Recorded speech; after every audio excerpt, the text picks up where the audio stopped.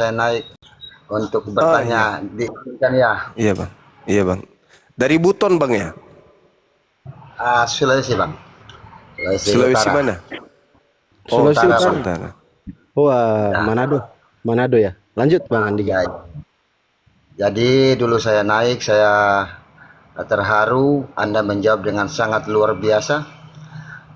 Kali ini juga rupanya saya minta izin untuk bertanya ya bang ya. Dan saya Iya, biasanya kalau saya bertanya itu saya tidak menanggapi karena saya suka belajar gitu. Dan dari sekte mana begitu saja sebelumnya bang. bang ini? Ya, Dari sekte mana bang? ah kalau boleh dikata saya Katolik? memahami Kristen, tapi saya tidak tahu mau mengelompokkan diri saya itu kemana, kemana tidak tahu ya, Waduh, gitu. Oh waduh. Jadi ya iya iya, berdasarkan ilmu atau pengetahuan saya, bang. siap. Saya malah Tapi tertarik tapi dalam Pak lintas Andika, agama. Pak Andika, Ya. tapi Pak Andika pegang denominasi mana, Bang? Nah, itu yang saya agak itu karena sudah puluhan tahun juga saya tidak ke gereja, jadi saya hanya mengambil yang baik-baik dari esensi ajaran si Yesus ya, Yesus itu sendiri ya, Bang. Begitu. Oh, oke. Masih pagan berarti ya, Bang ya. Oke, silakan lanjut. Kalau pagan tidak, Bang. Oke. Sedikit Jadi Ji. maksud saya, Iya lanjut silakan lanjut. silakan. Maksud saya karena saya sudah kelintas, saya dengan ilmu yang pas-pasan tentunya walaupun Quran disebut sempurna, pastinya tidak sempurna di akal yang pas-pasan ya Bang ya. Jadi saya Iya iya. bertanya untuk mendapatkan pencerahan. Begini Bang, terakhir untuk Anda ini yang saya tanyakan seperti ini. Saya sering melihat Syamil Quran yang saya pegang, saya dikasih hadiah juga dari teman. Di sini ada terjemahan, ya kan? Ada juga tafsir sedikit, kemudian ada juga asbabun nuzulnya, tapi tidak lengkap ya. Jadi cuma dikit-dikit di catatan kaki. Nah, dalam hemat saya selalu membaca dalam terjemahan Quran yang ada di tangan saya ini. Saya selalu melihat ada dalam kurung. Nah, Iya saya berusaha ke pencarian, ternyata itu tidak ada dalam teks aslinya, gitu. Apa iya bang, begitu kan? Umpamanya iya ingatlah, umpamanya ingatlah, itu sebenarnya tidak ada dalam teks ya, gitu. Jadi iya. uh, itu penambahan apa MUI ya bang, kalau tidak salah ya, Majelis Ulama ya, Penerjemah. dalam Iya. iya iya. Nah, maksud saya begini bang. Kenapa demikian? Padahal kita tahu sendiri bahwa setiap insan Islam itu mengatakan bahwa Quran itu suci dari campur tangan manusia, gitu. Uh, untuk pertama ini mungkin itu dulu abang jelaskan. Nanti saya ingin bertanya. Kalau diberi kesempatan saya tanya lagi bang. Silakan bang. Iya. Eh, yang Anda pertanyakan apa? Kenapa harus Tadi. disisipkan kata dalam kurung itu bang? Padahal itu tidak ada dalam teks aslinya kan bahasa Arab itu. Iya. Jadi gini kawan. Eh di dalam kita ambil contoh ya, misalnya di dalam surah Al-Baqarah, la ikraha fiddin. Tidak ada paksaan untuk agama, kan gitu. Tidak ada paksaan untuk agama. Nah, maksud dari kata per kata ketika dimasukkan ke dalam bahasa Indonesia, maka dijelaskan maksud daripada bahasa tersebut ya adalah memasuki agama. Jadi diterangkan di dalam tanda kurung bahwa perkataan kalimat tidak ada paksaan untuk agama itu maksudnya adalah memasuki agama. Agama pun boleh ditambahkan dalam kurung dengan kata Islam untuk menjelaskan bahwa yang dimaksud di situ adalah Islam. Kenapa di situ di dalam kurung? Karena di situ tidak ada kata Islam. Maka disampaikanlah maksud daripada ayat ini, tidak ada paksaan masuk di dalam agama Islam. Seperti itu, Bang. Jadi terjemahan Al-Quran itu bukan Al-Quran. Terjemahan Al-Quran itu bukan firman Allah. terjemahan Al-Quran itu adalah upaya manusia di dalam memahami pesan ilahi melalui Al-Quran. Jadi Al-Quran adalah original text. Itu adalah kalimatullah, perkataan Allah. Sedangkan terjemahan itu adalah perkataan manusia. Antara perkataan Tuhan dan perkataan manusia itu berbeda.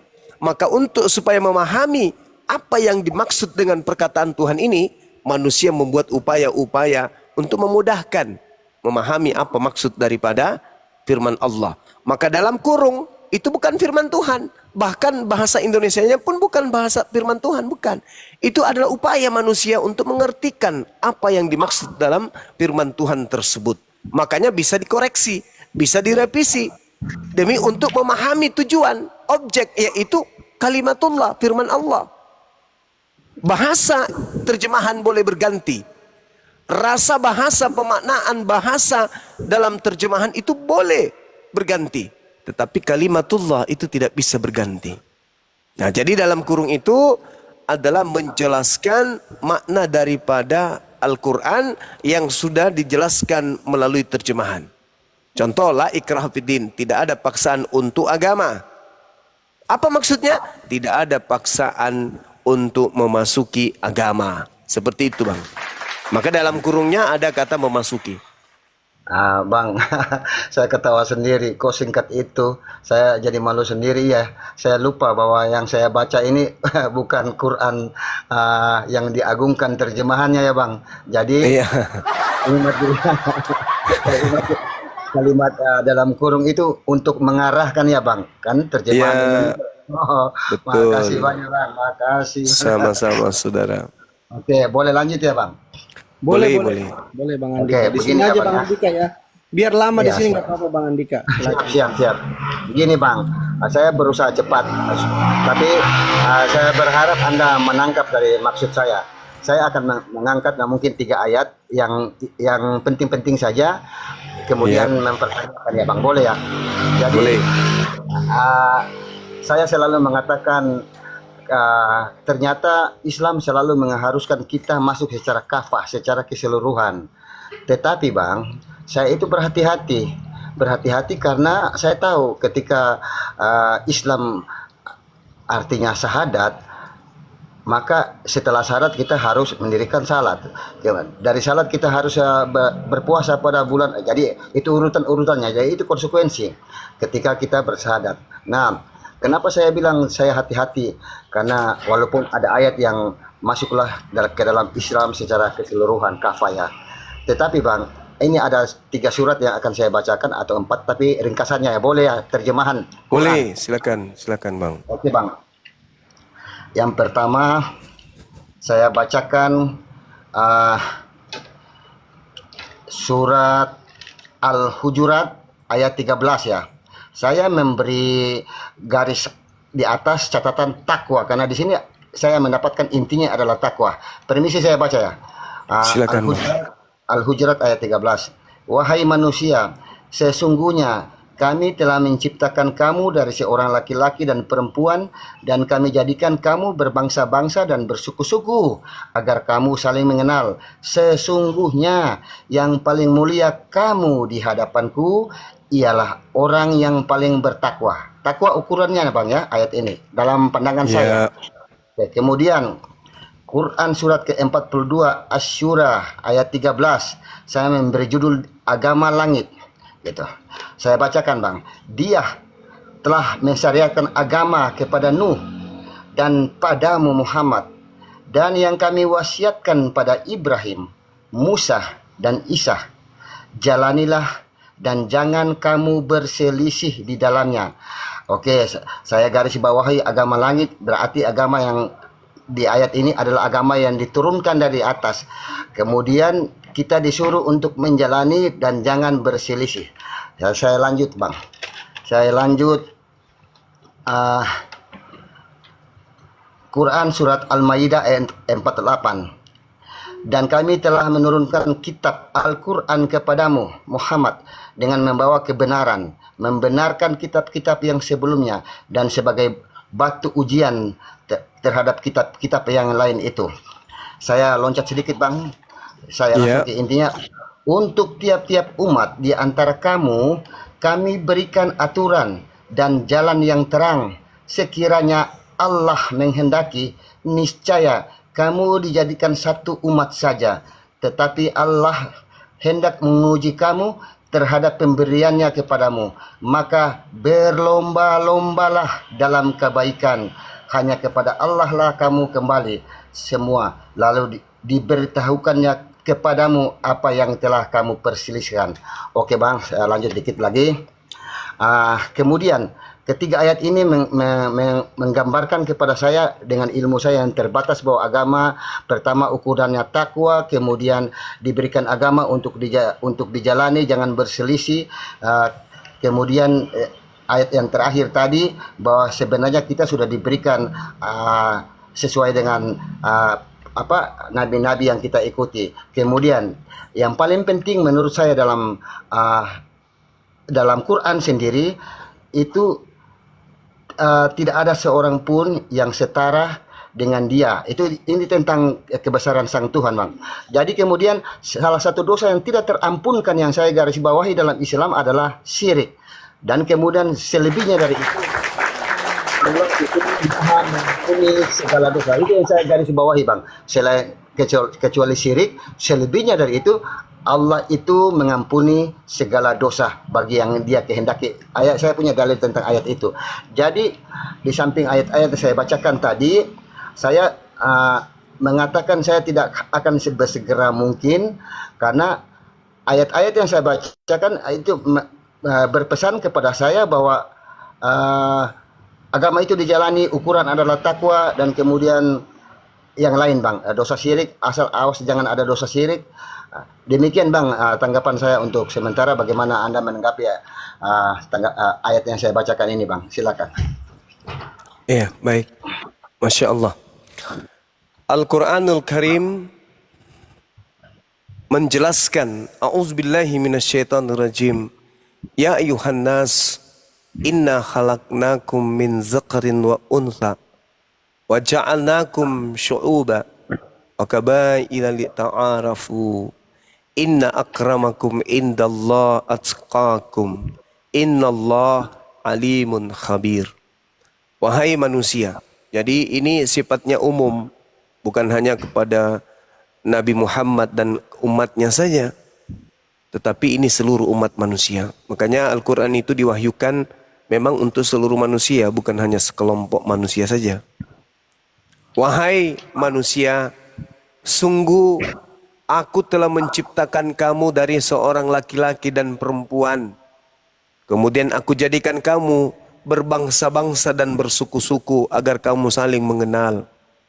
Sesungguhnya yang paling mulia di antara kamu di sisi Allah adalah orang yang paling bertakwa. Allah sungguh maha mengetahui, maha teliti. Jadi betul.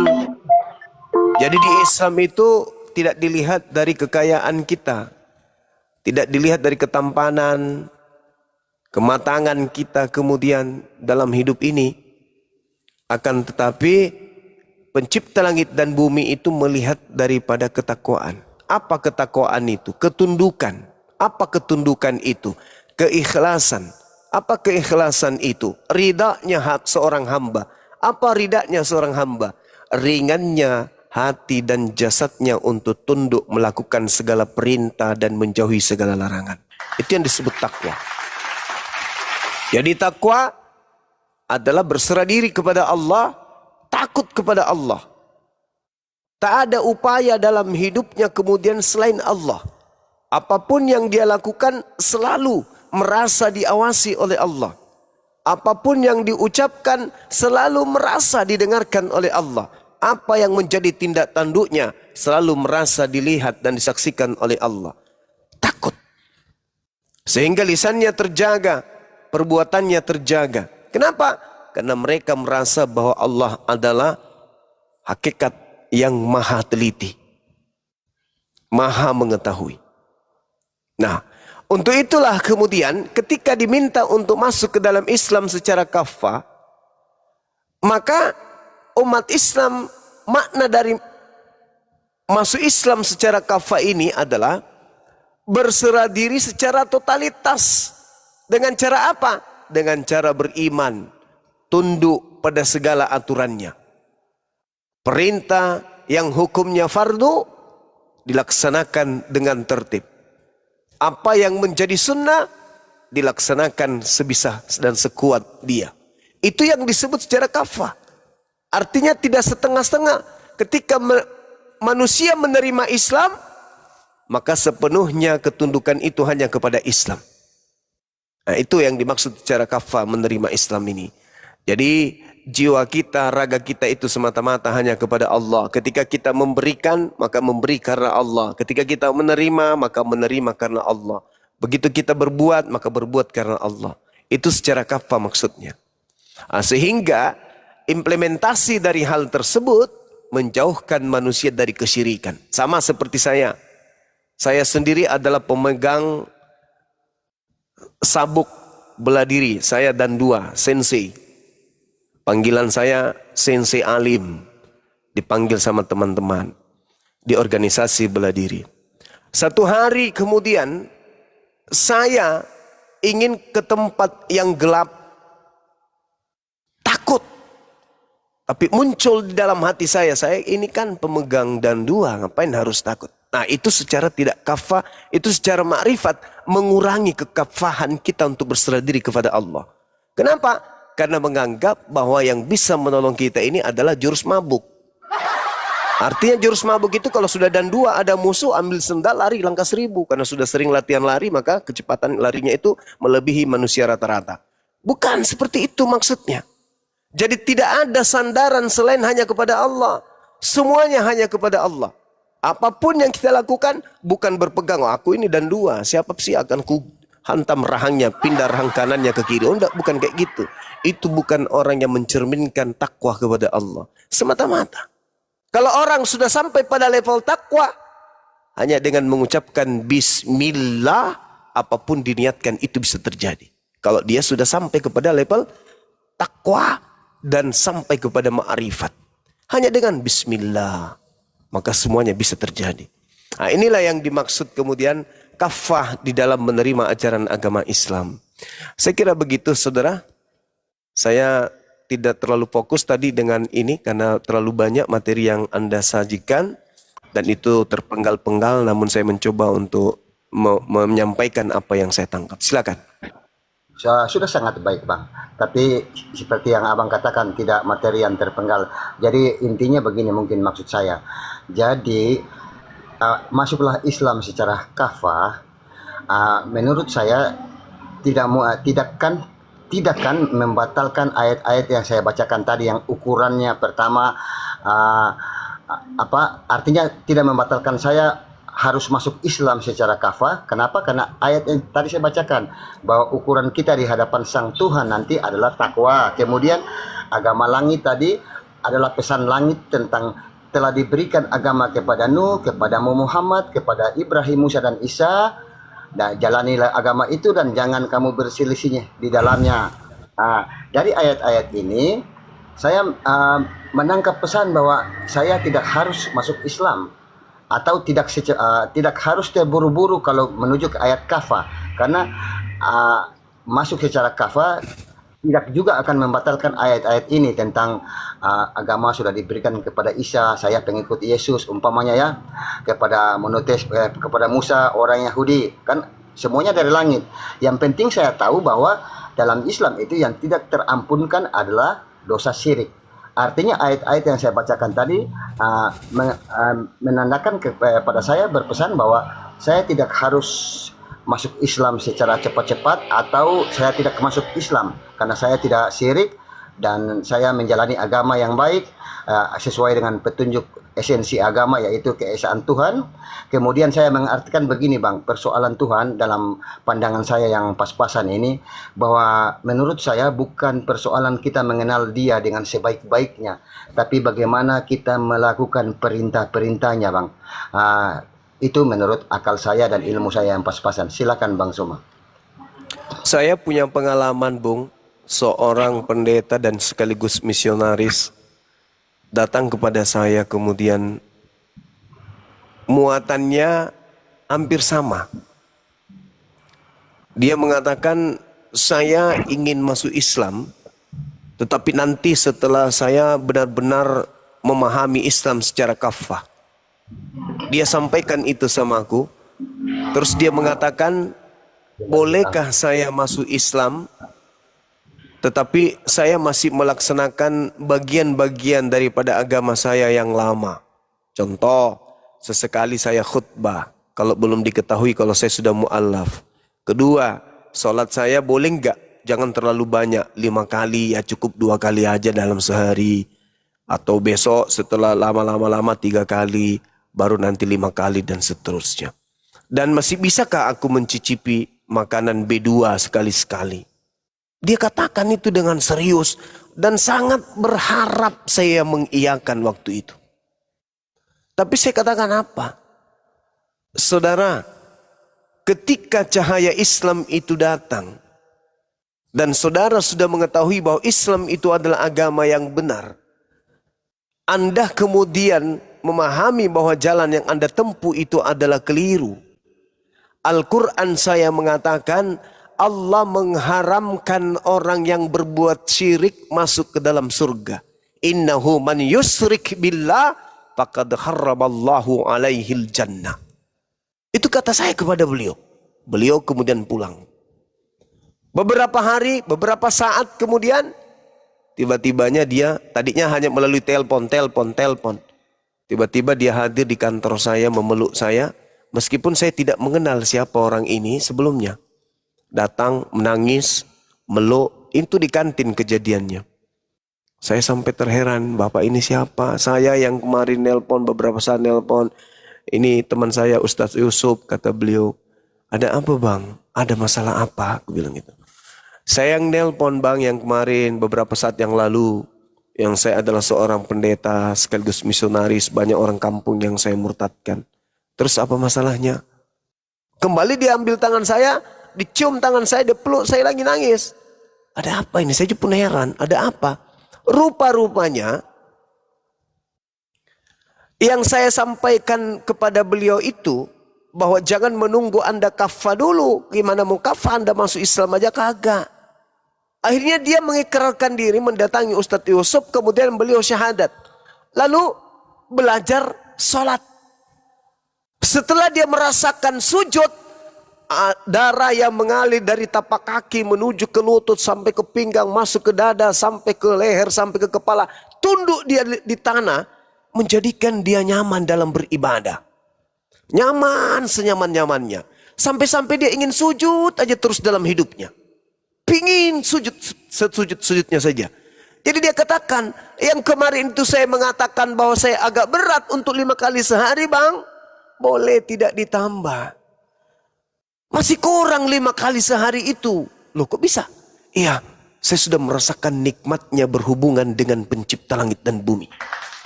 Dulu saya berharap berat. Ketika saya melihat saudara-saudara saya lewat ke masjid. Belum juga saya selesai mengupas kelapa. Lewat lagi. Belum selesai, lewat lagi. Dan itu setiap hari dilakukan. Sampai saya tertawa mencibir. Ini apa-apaan sih mereka? Apa nggak capek? Saya aja sekali seminggu beratnya minta ampun. Itu pun sampai ke sana aku dikasih upah. Ini mereka tiap hari tak ada capeknya. Belum apa-apa, lewat lagi. Belum apa-apa, lewat lagi. Akhirnya, apa yang Anda rasakan? Kutanya, apa yang Anda rasakan sekarang? Sambil terseduh-seduh dia mengatakan, ya Allah, ya Rabb. Ternyata, kenapa Islam itu begitu tekun? Ternyata ada kenikmatan di situ di dalam sholatnya. Ada keindahan hidup, ada kelapangan jiwa, ada kesegaran berpikir, ada kelapangan masalah kemudian, untuk melepaskan masalah kemudian. Akhirnya saya memutuskan bang, untuk sholat dan memenuhi dengan sunnah-sunnah. Jadi saya bergurau waktu itu. Bagaimana dengan B2? Waduh jangan disebutkan katanya. Jangan disebutkan. Kenapa? Jangankan untuk menyentuh, memakannya, untuk memikirkan saja aku sudah mual. Nah, jadi tidak nunggu, harus kafah dulu, harus sempurna dulu, embulat dulu. Enggak. Yang penting sudah meyakini bahwasanya agama Islam itu benar dan yang saya lakoni sekarang ini adalah salah. Asyhadu an la ilaha illallah wa asyhadu anna Muhammadar Rasulullah. Ternyata dari nikmat ke nikmat muncul kemudian melahirkan ketakwaan kepada Allah secara sempurna. Nah, kenapa ini harus menjadi cerminan? Karena ternyata di dalam Islam ada suatu ayat di dalam surah Maryam di ayat 96. Di situ Allah Subhanahu wa taala menjelaskan begini. A'udzubillahi minasyaitonirrajim. Innal ladzina amanu wa 'amilus shalihat sayaj'alu lahumur rahmanu wudda. Sungguh, kata Allah, orang-orang yang beriman dan mengerjakan nih artinya mempraktekkan, bukan cuma teori doang, mengerjakan amal soleh, mengerjakan kebajikan. Apa kata Allah? Allah yang maha pengasih akan menanamkan rasa kasih sayang di dalam hati mereka. Coba Anda lihat saudaraku, Anda pandang orang-orang yang mu'allaf itu, pandang mereka. Mereka yang bertato, beringas, anak jalanan, begitu mereka syahadatain, bersyahadat masuk Islam, hatinya akan dilembutkan oleh Allah. Kebanyakan dari mereka akan lahir rasa kasih sayang di dalam dirinya. Kenapa? Kesibukan ritual jasadnya kemudian tidak lagi tersentuh oleh hal-hal yang diharamkan. Jasad ini kalau dimasukkan nutrisi, misalnya ada orang masuk di dalamnya minuman keras, maka berpengaruh kepada fisik, berpengaruh kepada pola pikir, bahkan berpengaruh kepada cara berbicara. Nah, ketika dihentikan hal-hal yang haram masuk ke dalam tubuh, maka tubuh kita ini terpimpin.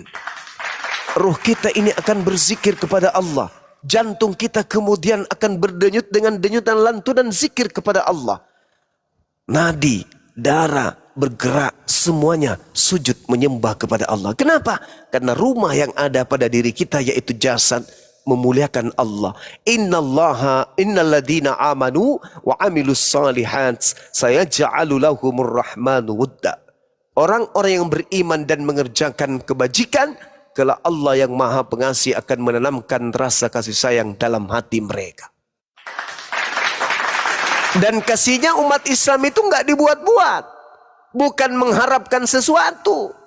Berbeda dengan ketika ada bencana, orang datang membagi-bagikan spanduk, membagikan handuk, selimut. Berbeda.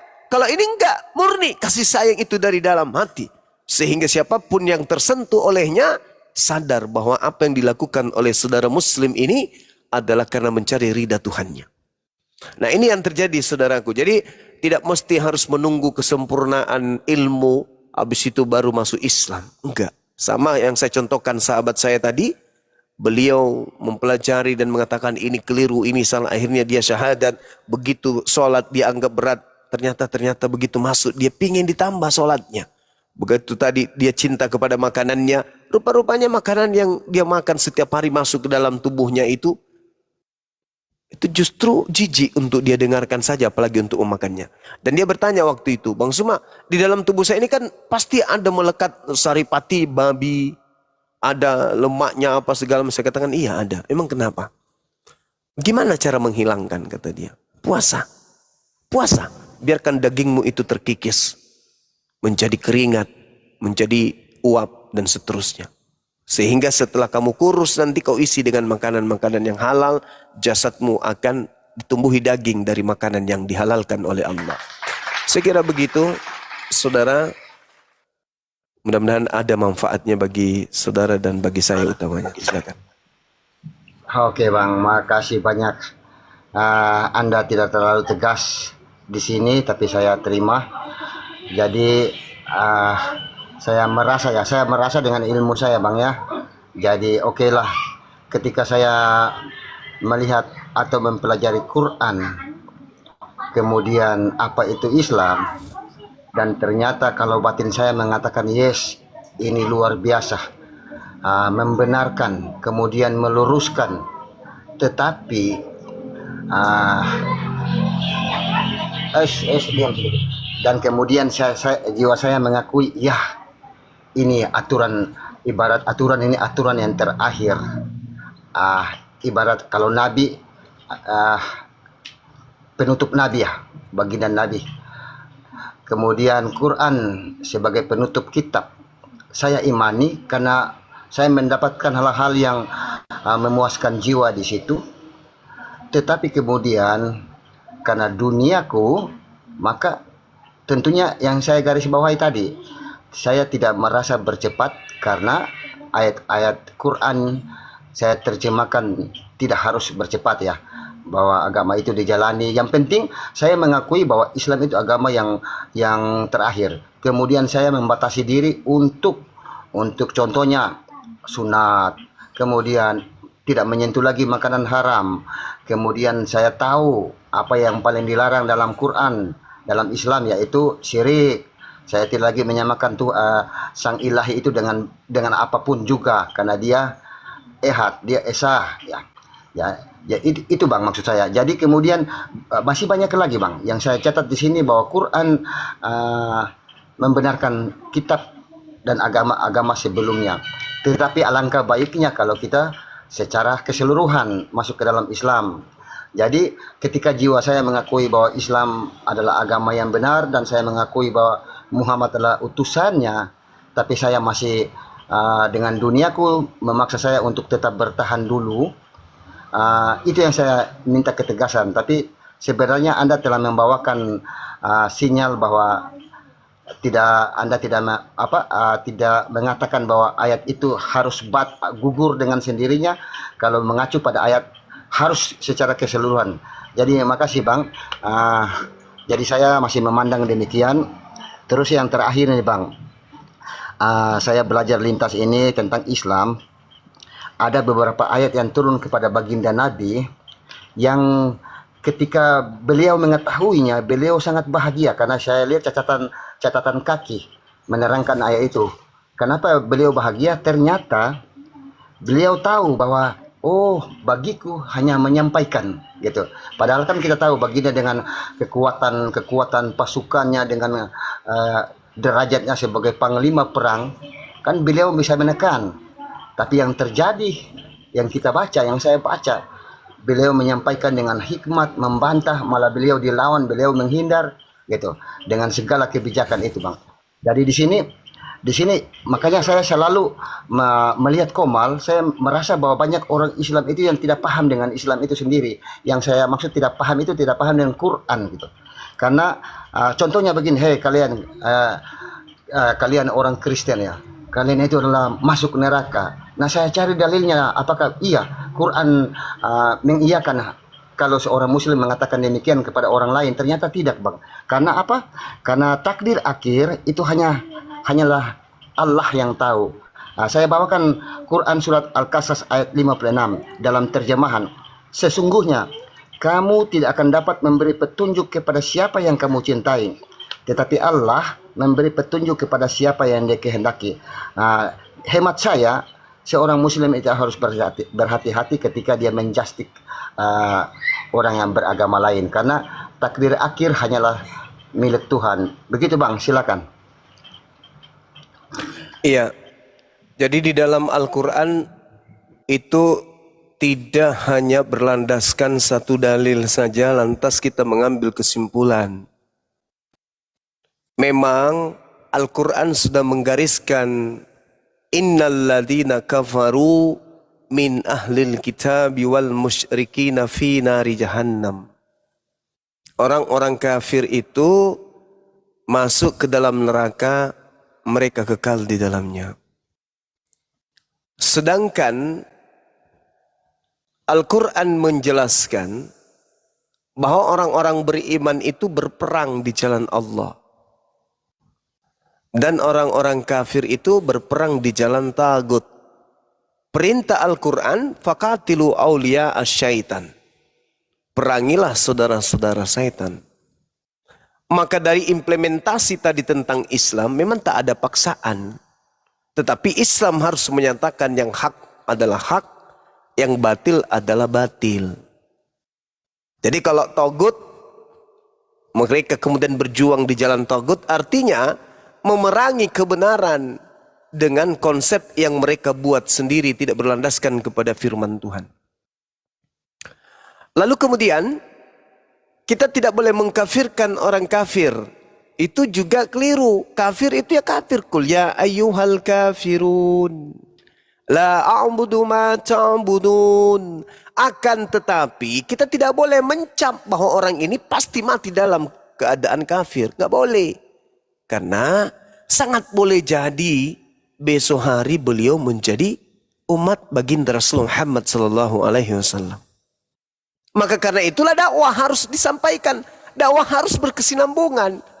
Tablik ini harus terus dilanjutkan. Debat antar agama, diskusi antar agama, sharing antar agama harus selalu dilanjutkan. Kenapa? Demi untuk menolong orang-orang yang kemungkinan bisa mendapatkan pencerahan.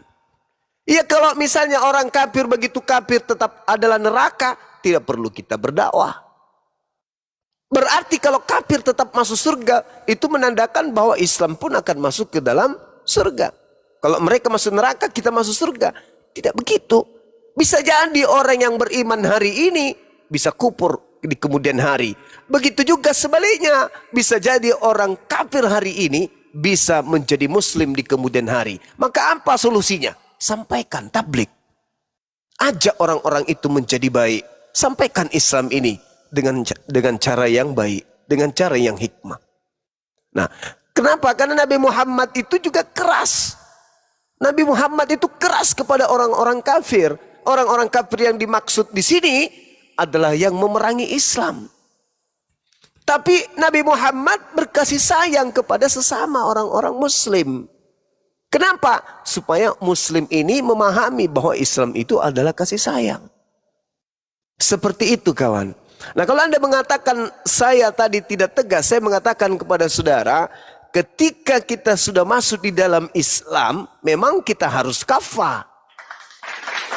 Harus. Nggak bisa tidak. Karena kalau kita tidak kafah, berarti kita tidak maksimal di dalam beribadah. Makanya diperintahkan berlomba-lomba, memperbanyak amal baik. Kita harus berlomba-lomba menuju kepada kebaikan. Di Islam itu, ya semua harus ibadah, semua ibadah. Makanya saya katakan tadi, di Islam ketika dia bertakwa, maka sepenuhnya hanya karena Allah. Bukan karena yang lain. Seperti itu saudara. Maksud saya jangan kafah dulu. Kan ada orang tuh mau masuk Islam tapi dipelajari semuanya dulu. Dia pelajari dari luar. Dipelajari ini. Nah tiba-tiba ajalnya tiba, itu bahaya tuh. Jadi maksud saya, seibarat Islam itu adalah yayasan atau sekolah atau kampus. Daftar dulu jadi mahasiswa. Begitu antum saudara masuk ke dalam sebagai mahasiswa, mau nilai Anda error, mau apapun itu, yang pasti identitas Anda sudah mahasiswa dari universitas tersebut. Kalau Anda belajar tok di luar, belajar, pintar ente, tapi tidak terdaftar sebagai mahasiswa di dalam, buat apa? Tidak dapat ijazah, tidak dapat IP dan seterusnya, tidak ada titel dan seterusnya. Bisa jadi begitu Anda sudah merasa sempurna, baru mau daftar pengumuman di depan kampus.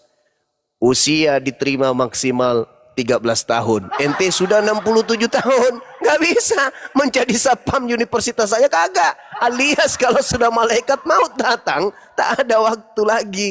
Maka karena itu, kalau memang mau kafah, masuk Islam dulu, nanti setelah di dalam baru kemudian belajar sedikit demi sedikit. Ingat, sahabat-sahabat Rasulullah memeluk ajaran agama Islam, ditatar, digembleng, diospek oleh Rasulullah selama 13 tahun hanya untuk mengenal Allah saja. Ini sudah Islam mereka, 13 tahun digembleng untuk memperdalam akidah. Jadi masuk dulu. Jadi penganut Nabi Muhammad dulu. Di dalam baru semangat untuk belajar. Menjadi umat Islam yang kafah. Itu intinya. Karena kenapa? Kalau ada orang masih menyembah kepada selain daripada Allah, sehebat apapun ilmunya, sepaham apapun dia tentang kebenaran, kalau masih menyembah selain daripada Allah, maka dia syirik. Satu dosa yang tidak akan diampuni oleh Allah, adalah mati dalam keadaan syirik. Yang lain masih diampuni oleh Allah. Meski masih dicuci oleh neraka, minimal orang itu akan mencicipi surga. Tapi kalau dia mati dalam keadaan menyembah selain daripada Allah, kekal di neraka jahanam. Nah, ini kekal ini yang bahaya. Kalau cuman sementara, meskipun neraka itu, tapi bukan kata meskipun. Hanya saja neraka itu siksaan yang paling ringannya itu ngeri juga. Kita pakai sendal itu, otak kita itu mendidih seperti minyak kelapa. Gimana itu? Ada nggak pernah orang melihat sakit kepala? Ada. Padahal belum ada kemudian tanda-tanda. Masih juga karena terbentur sedikit sakit kepala, sudah nggak bisa minum, makan, bahkan tidak pernah naiki temannya gara-gara itu. Sakit kepala. Ini otak belum mendidih. Ini di neraka siksaan yang paling ringan. Otak mendidih di dalam seperti minyak kelapa yang sedang dipanaskan. Kira-kira sakitnya seperti apa? Dan itu dirasakan dalam keadaan kekal, tak ada ujungnya. Na'udzubillah, summa na'udzubillah. Maka Islam harus kafah supaya tidak menerima siksaan neraka meskipun yang paling teringan. Na'udzubillah, summa na'udzubillah. Saya kira begitu. Silakan, mungkin ada yang ingin disampaikan oleh adinda saya Kang Dito sang muallaf ini, karena beliau punya pengalaman sebelum non muslim lalu menjadi muslim dan sekarang bercahaya sekali. Sebentar lagi dia pakai mukena itu lagi kayak kemarin. Silakan. Masya Allah. Silakan. Assalamualaikum warahmatullahi wabarakatuh. Waalaikumsalam. Silakan. Waalaikumsalam warahmatullahi wabarakatuh. Assalamualaikum warahmatullahi wabarakatuh. Waalaikumsalam. Sedikit saya untuk Pak Andika. Pak Andika, kalau sudah membaca terjemahan Al-Quran, bagi orang yang sudah mendapatkan kebenaran tentang Islam, Surah Ali Imran ayat 83 sampai dengan 85. Boleh dibacakan terjemahannya Pak, supaya teman-teman juga ikut tersharing gitu Pak. Pak Andika. Oke. Siap. Ini dulu ya Bang ya. Bentar ya. Ali Imran surat kedua atau ketiga itu ke Surah ketiga. Bentar ya Bang. Ayatnya 85. ayat 85. 83 sampai 85. 83 sampai 85. Oh, di sebelah 83-nya ini. 83. Saya mulai dari 83 ya, Bang ya. Ya, Terjemahan yang saya bacakan ya, Bang ya. Saya minta izin ya. terjemahan. Oh, 82. 83-nya di mana ya? 84. Dasar oten ini Bang. Kok di sudut ini saya tidak dapat 83. Oh, yang dapat ya. Oke, saya baca bismillah terjemahannya. Maka mengapa mereka mencari agama yang lain selain agama Allah, padahal apa yang di langit dan di bumi berserah diri kepadanya. 83. Katakanlah, kami beriman kepada Allah dan kepada apa yang diturunkan kepada kami dan yang diturunkan kepada Ibrahim, Ismail, Ishak, Yakub dan anak cucunya, dan apa yang diberikan kepada Musa, Isa dan para nabi dari Tuhan mereka. Kami tidak membeda-bedakan seorang pun di antara mereka, dan hanya kepadanya lah kami berserah diri. Dan barang siapa mencari agama selain Islam, dia tidak akan diterima, dan di akhirat dia termasuk orang yang merugi. Lanjut Bang. Maha benar Allah dengan segala firman-Nya. Kalau kami orang-orang Islam membaca di situ bahwa kebenaran tentang Islam.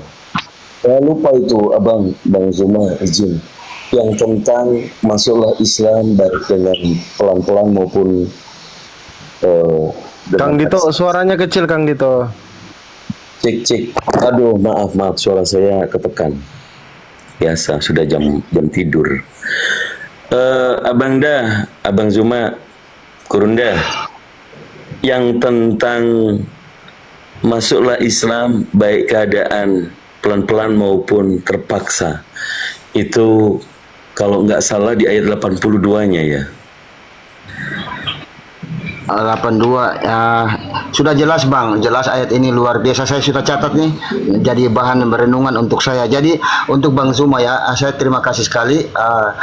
Ternyata saya mendapatkan jawaban yang sesuai dengan akal. Jadi perlahan-lahan kalau bisa kafah ya kafah sekalian, tapi Anda memberi ruang untuk bisa perlahan-lahan kayak Kang Dito ini juga. Itu yang saya malumi dengan ayat-ayat yang saya bacakan. Tapi di dalam beberapa hal saya menemukan cendekiawan Islam yang tetap menjustik bahwa ayat itu harus. Dan makanya saya merasa apa yang dikatakan Bang Suma sangat baik, mengingatkan bahwa jangan sampai keburu mati. Itu bahasa sederhana yang saya merasa lucu tapi nasihat yang tepat itu. Terima kasih Bang Suma. Kang Dito, ini ayat yang bagus, nanti saya jadikan referensi untuk direnungkan Bang. Gitu. Silakan. Cek suara saya aman ya? Aman. Mantap Jadi Bang, mantap. yang di ayat 82 itu baik dengan terpaksa ya. Iya. Itu Al-Quran adalah sebuah peringatan langsung dari Sang Kholik, pencipta langit dan bumi. Dan Al-Quran ini untuk semua manusia karena Nabi Muhammad di surah Sabah ayat yang ke-28. Nabi Muhammad diutus untuk seluruh umat manusia. Tapi ya kembali lagi, manusia itu punya free will, ya, sehingga kami orang Islam tidak bisa memaksakan agama Islam atau la ikraha fiddin tadi yang dijelaskan oleh Bang Zuma. Maka orang yang tanda-tanda sudah diberikan hidayah membaca Al-Quran sebagai petunjuk, sebagai cahaya kebenaran dalam beragama, tadi sudah jelas. Kalau satu ayat yang harus saya sampaikan, kullu nafsin dha'iqatul maut, segala sesuatu yang bernyawa pasti akan mati. Sesuatu yang pasti itu pastinya mati. Tidak bisa diundur, tidak bisa dilama-lamain. Mumpung nyawa masih melekat di dalam jasad, kebenaran sudah datang, hidayah itu sudah ada, tinggal dijemput. Tapi kembali lagi, agama Islam la ikraha fiddin, tapi dijelaskan di dalam surah Ali Imran ayat 82, kalau sudah meyakini agama Islam itu sudah benar, maka terimalah, baik perlahan-lahan maupun dalam keadaan terpaksa. Karena kalau sudah menemukan kebenaran yang hak, pasti hak. Yang batil pasti batil. Orang Islam tidak mungkin dan tidak boleh mencampurkan yang hak dan yang batil. Jadi Pak Andika, saya rasa karena kita sudah dewasa semua ya, kita berbicara tentang lintas agama, pastinya agama yang kita bicarakan. Sesuatu yang pasti, setelah pasti itu datang, maka buktinya adalah setelah kita benar-benar sudah melepas dari roh kita masing-masing, dan itulah kebenaran sesungguhnya. Sehingga kalau dikatakan banyak orang yang meninggal dunia, apa sih keinginan mereka? Kalau yang kafir sudah pasti akan menemukan jawabannya. Kalau yang muslim, insya Allah semuanya ada dalil di dalam Al-Quran maupun di hadis. Kebenaran mana lagi ini yang mau dihindari, kan gitu. Semua kebenaran bukan berarti kebetulan, itu yang tepat. Suatu yang kebetulan itu ada yang merencanakan, yang disebut dengan rukun iman yang ke-5. Percaya kepada qadha dan qadar. Jadi kita berkumpul di sini bukan karena kebetulan, karena ada yang mengatur. Bagian daripada perjalanan hidayah kita menyampaikan dakwah kebenaran Islam. Bang Andika yang sedang mencari, mencoba membenturkan, mau mencoba untuk menolak, namanya kebenaran sudah pasti sudah disimpan di dalam akal dan di hatinya. Saya rasa itu dari saya, Gurunda, Bang Zuma, atau dari saudara-saudara yang lain mau nambahin. Wallahu ta'ala mubissab. Oke Bang ya. Jadi Bang Suma luar biasa. Anda juga saya berterima kasih kasih ayat yang cukup bagus, Ali Imran 83 sampai 87. Nanti saya mau baca dari 80 atau keseluruhan. Agak menarik kenapa saya bisa lolos dari ayat-ayat tersebut. Oke Bang, jadi Kang Dito ya baik ya. Sebenarnya saya punya satu pertanyaan karena saya baca tipping di bawah bahwa banyak yang kangen kalau Bang Suma ini gas loh. Dan saya punya pertanyaan untuk bisa Bang Suma jadikan menjawab dengan cara gas gitu. Tapi karena Bang Suma mungkin sudah istirahat, saya kalau diizinkan saya bertanya saja ke Kang Dito atau abang-abang yang lain untuk menjawabnya kalau diizinkan Bang. Silakan Pak Andika, silakan. Oke Bang. Jadi ini tentang saya cuma melihat TikTok ya Bang ya, tapi saya perlu mencatatnya karena menurut saya Bang menurut Andika, musik-musik itu jangan ada dulu Bang, karena banyak yang live YouTube teman-teman. Kalau bisa menghindar dulu dari suara musik itu. Izin ya Bang Andika. Iya anak saya. Oke Bang, saya lanjut ya. Ini bukan dari saya, tapi ketika saya ikuti bisa sih pakai akal gitu, bisa mengiyakan. Tapi saya tahu saya harus menanyakan yang lebih hak dalam hal ini ya cendekiawan atau anda ini. Gini loh Bang, Quran surat Maryam ayat 17 ya. Ya, saya membacakannya dalam terjemahan. Lalu dia memasang tabir yang melindunginya dari mereka. Lalu kami mengutus roh kami, Jibril kepadanya. Maka dia menampakkan diri di hadapannya dalam bentuk manusia yang sempurna. Tadi saya bacakan dalam kurung juga saya bacakan nih Bang. Andai kata saya tak bacakan yang dalam kurung, maka bunyinya jadi begini. Lalu dia memasang tabir dari mereka. Lalu kami mengutus roh kami kepadanya. Maka dia menampakkan diri di hadapannya dalam bentuk manusia yang sempurna. Nah, dalam narasi TikTok ini, akun ini, dia tidak membaca dalam kurungnya karena dia sepakat katanya itu penambahan. Gitu. Jadi ketika dalam kurung ini kita tidak baca, kita lihat statement kalimat terakhir, maka dia menampakkan diri di hadapannya dalam bentuk manusia yang sempurna. Kemudian dia mengangkat tentang rohana, gitu. Rohana itu yang menjadi manusia. Dalam konteks ini seolah-olah ruh itu yang dalam kurung Jibril itu, tapi karena hilang dalam kurungnya, ruh itu bisa menjadi manusia Bang. Itu jadi itu yang garis tegasnya, ruh itu bisa menjadi manusia. Bagaimana Abang Kang Dito dan lain-lain untuk menanggapi ayat tersebut? Dipersilakan Bang, saya mute. Bang Zuma, monitor, bikin kopi, Mas Ako. Oke, baik. Tadi sudah disampaikan ya Bang Andika bahwa Al-Quranul Karim itu yang berbahasa Arab. Saya bacakan dalilnya sebelum nanti masuk ke pakar filsafat. Nanti saya pusing dengarnya Bang Daman. Tapi lebih logika ya. A'udzubillahi minasyaitonirrajim. Bismillahirrahmanirrahim. Inna anzalnahu Qur'anan Arabiyyan la'allakum taqilun. Shadaqallahul azim. Sesungguhnya kami menurunkan Quran berbahasa Arab agar kalian memahami maknanya.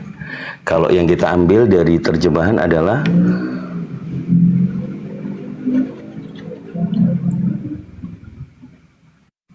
untuk memahami maknanya. Al-Quran yang bahasa Arab. Tadi sudah dijelaskan sama Bang Zuma bahwa Al-Quran itu bukan terjemahan. Saya sering menarasikan ini, bahkan di bio saya ayat itu nempel di dalam bio profil saya untuk memberikan pemahaman teman-teman Kristen yang beranggapan bahwa terjemahan itu Al-Quran. Jadi kalau Al-Quran bukan terjemahan, maka jelas terjaga sampai saat ini, otentik. Allah yang menurunkan dan Allah pula yang menjaganya. Sehingga tidak ada umat Islam sesama muslim bergesekan untuk berselisih faham tentang ayat itu. Karena bacaan Al-Quran adalah mukjizat terbesar Nabi Muhammad. Kalau Pak Andika berkutat di dalam terjemahan, mari kita diskusi tentang terjemahan. Tapi apakah itu terjemahan maknanya sudah pas? Kami orang Islam memahami ada 350 tafsir, Pak. Tafsir Jalalain, tafsir Muyasyar, tafsir Ibnu Katsir, dan selanjutnya. Jadi kalau pemahaman terjemahan, maka kurang bil hikmah. Tapi bacaan Al-Quran dijanjikan adalah satu huruf bernilai 10 pahala kebaikan. Jadi kalau Anda pusing karena mencari maknanya, coba cari referensi yang lain. Coba baca tafsir Ibnu Katsir, tafsir Jalalain. Pasti berbeda. Dan memang dalam kurung itu adalah penekanan. Bagaimana umat Islam mengerti tujuan ayat itu tidak letterlek dengan translation. Itu dimaknainya adalah Ruhullah. Itu malaikat Jibril. Baca yang 18-nya, 19-nya. Maka akan ketemu, oh malaikat Jibril yang bertemu dengan Bunda Maryam. Memberitahukan bahwa akan mengandung seorang anak yang penciptaannya seperti penciptaan Nabi Adam alaihissalam, menggunakan kalimat kun fayakun, jadi maka jadilah. Yang sering teman-teman Kristen mengartikan firman menjadi manusia tanpa bisa menjelaskan firman itu perkataan apa, dan itu tidak pernah terjawab. Kalau di Islam Al-Quran itu Masya Allah, apa isi daripada firman itu? Kun fayakun, jadi maka jadilah.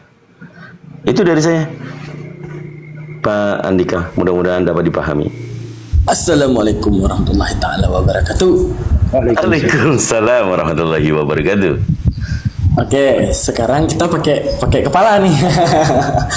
Karena ibaratnya kita harus tahu dulu Pak, mekanisme daripada Al-Quran. Mekanisme Al-Quran itu ada sang sumber utama yaitu Allah, adanya kalam penyampai yaitu malaikat Jibril, adanya Nabi Muhammad sebagai penerima, dan adanya kita sebagai pengonsumsi.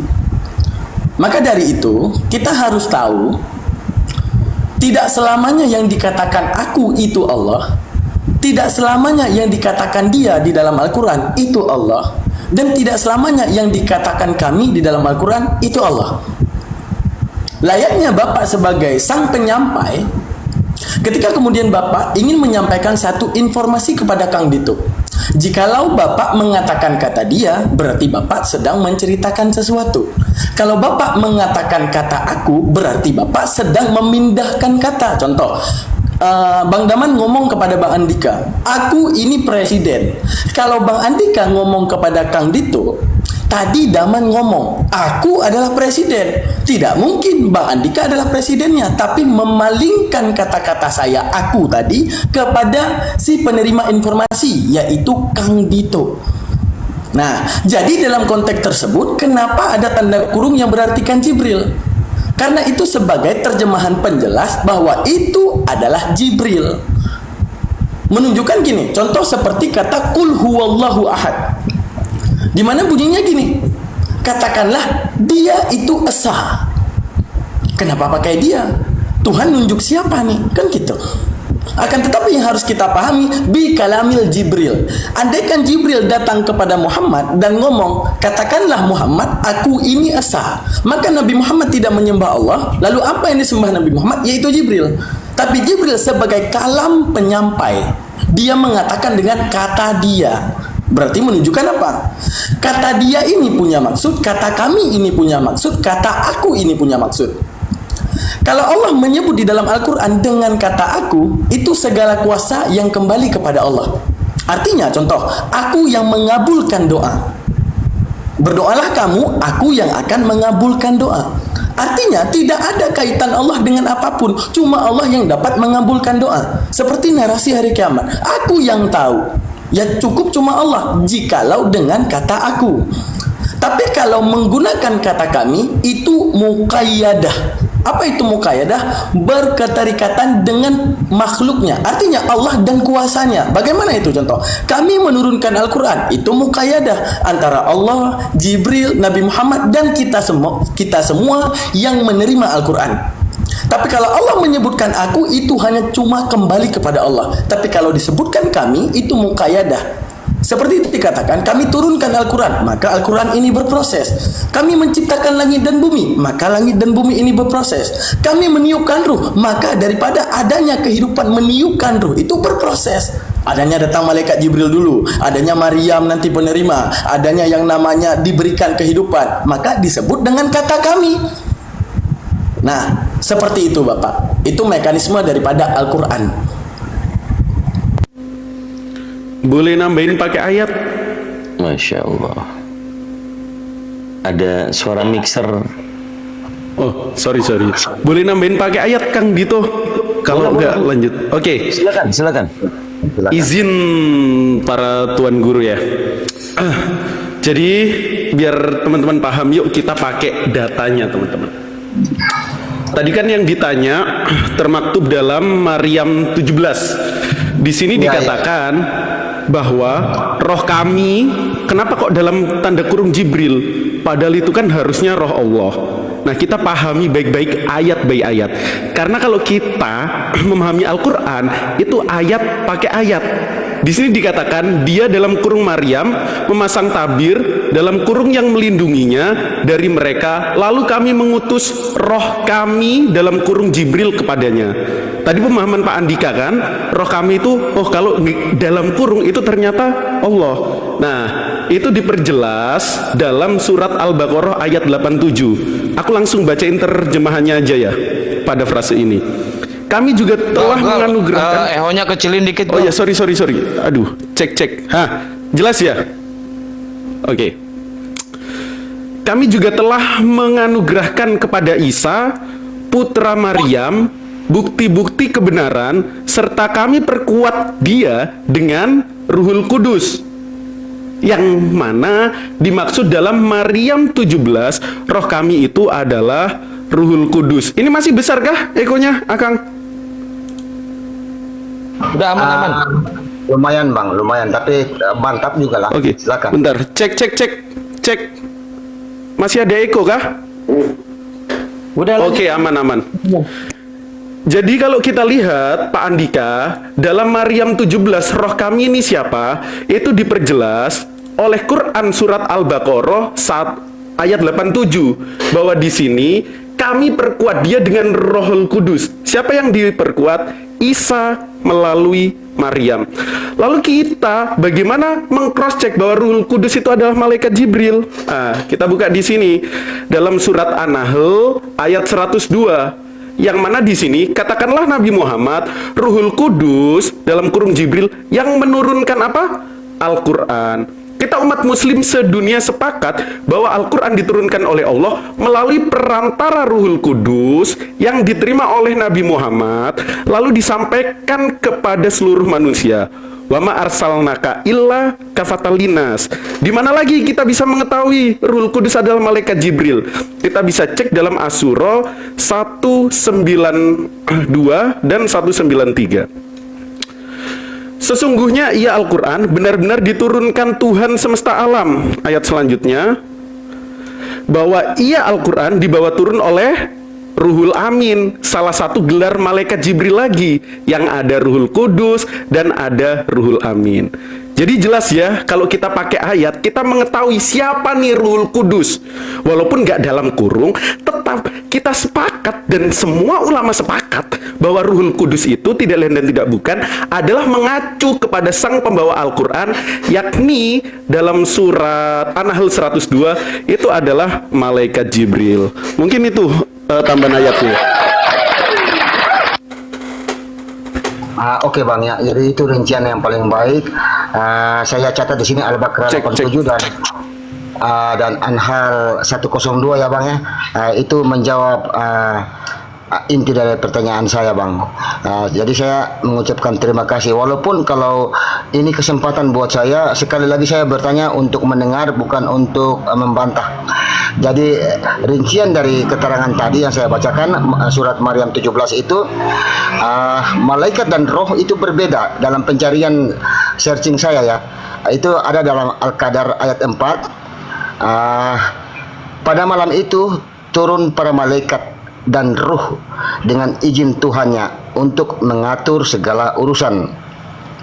Kemudian kalau tentang Kudus, Al-Qudus itu adalah nama yang disematkan kepada Sang Ilahi, Sang Allah, itu didasarkan pada Quran surat Al-Jumu'ah, maksudnya tentang kekudusan, dan merupakan salah satu dari asma nama Allah itu, yaitu Al-Qudus, Bang. Saya cuman mengangkatnya, apapun Anda lebih berhak dan saya akan menerimanya, Bang. Silakan. Oke. Singkatnya gini, Pak. Oh ya, silakan Kang Dito. Tafadhol. Afan. Siap. Saya cuma mau cross check saja karena dari tadi Pak Andika kan sudah membaca terjemahan, kemudian meminta mengkonfirmasi kepada kita. Poinnya tadi, Bang, poinnya kembali lagi, kita mau jelaskan seperti apapun, memahami makna itu bukan hanya dari terjemahan. Tapi yang saya perlu, boleh nih saya balik nanya ya, untuk supaya ada kembali diskusi yang perlu saya tanyakan kepada Pak Andika. Pak Andika, Pak Andika untuk saat ini percaya bahwa Allah itu satu-satunya pencipta langit dan bumi, bahkan seluruh alam semesta? Oke. Sangat percaya. Pak Andika percaya bahwa Nabi Muhammad diutus untuk seluruh umat manusia?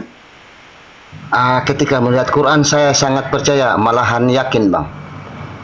Oke. Apakah Pak Andika percaya Al-Quran itu dari Allah dan diberikan kepada Nabi Muhammad sebagai petunjuk umat manusia? 99,9% percaya, Bang. Namun akal mengatakan seperti yang tak saya tanyakan ini untuk mendapatkan angka 100%, Bang. Baik. Jadi pemahaman Islam yang step by step itu memahami Al-Quran sebagai petunjuk dan pedoman hidup kita.